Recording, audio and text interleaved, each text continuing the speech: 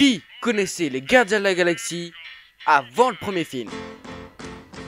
Je crois qu'on est bien d'accord.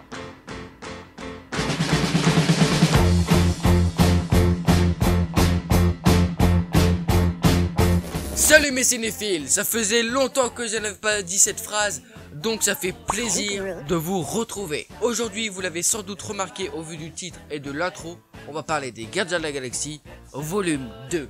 Et cette critique va se procéder en plusieurs étapes. Une première consacrée aux points positifs et la deuxième pour les points négatifs. Avant de vraiment commencer, je vais juste faire un petit point sur mes attentes. Alors, on va faire court et efficace. J'attendais ce film plus qu'aucun autre film. Ceci va sûrement expliquer cela.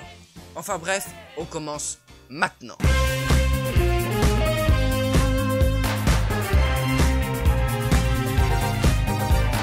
Tous les persos ont leur histoire, leur scène, leurs bons et mauvais points. Et ça, c'est quand même pas mal, on va pas se le cacher. Dans le film, on découvre deux nouveaux personnages qui sont Mantis et le père de Star-Lord, Ego.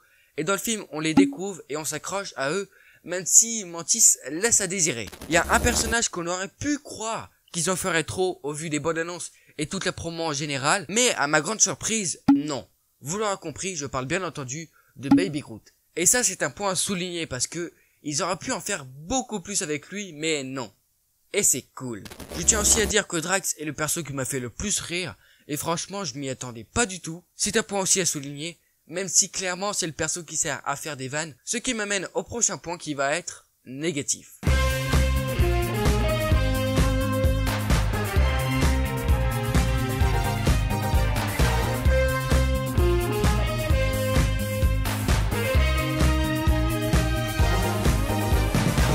Franchement, les Gardiens de la Galaxie volume 2, c'est le volume 1, avec tout, mais en 10 fois plus. Certes, le volume 1 est bon, mais il y avait tout ce qu'il fallait, mais en petite dose, alors que là, en 10 fois plus, moi perso, j'ai un peu de mal. Surtout au niveau de l'humour, comme je vous disais, Drax, c'est celui qui fait les vannes, et franchement, quand c'est lui, ça passe, parce que son personnage a toujours été comme ça. Mais avec les autres qui ont 10 fois plus de vannes que dans le premier, et ben on a un peu l'impression que tous les personnages sont des Drax dans le film, ce qui est dommage.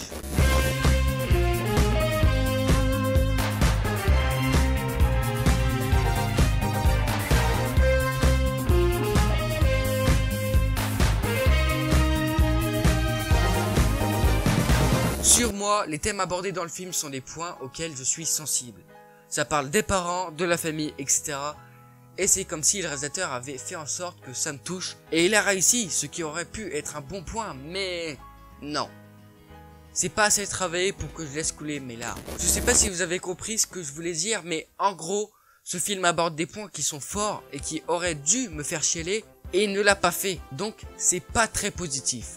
Malgré que je l'accorde, plusieurs fois devant le film, j'ai failli pleurer comme jamais. D'ailleurs, je tiens à dire que j'ai failli pleurer devant une scène un peu cliché entre Star-Lord et son père. Bon, sans spoiler, je dirais la scène où il joue au ballon. Ouais, j'ai un peu honte, mais je suis pas venu ici pour souffrir, ok? Cette vanne était facile, mais efficace. Un peu comme le film d'ailleurs.